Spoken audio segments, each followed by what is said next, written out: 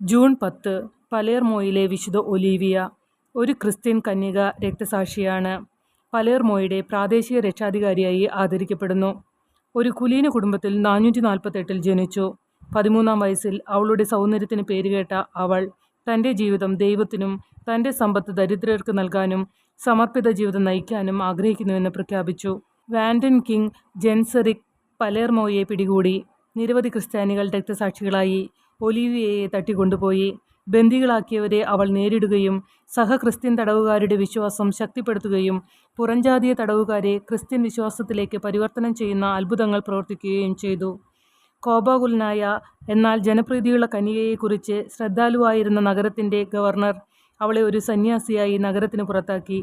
അവിടെ അവൾ പട്ടിണി കിടക്കുകയോ വന്യമൃഗങ്ങളാൽ കൊല്ലപ്പെടുകയോ ചെയ്യുമെന്ന് പ്രതീക്ഷിച്ചു. ആദ്യം അവളെ മുതലെടുക്കാൻ ശ്രമിച്ച വേട്ടക്കാർ അവളെ ജീവനോടെ കണ്ടെത്തി.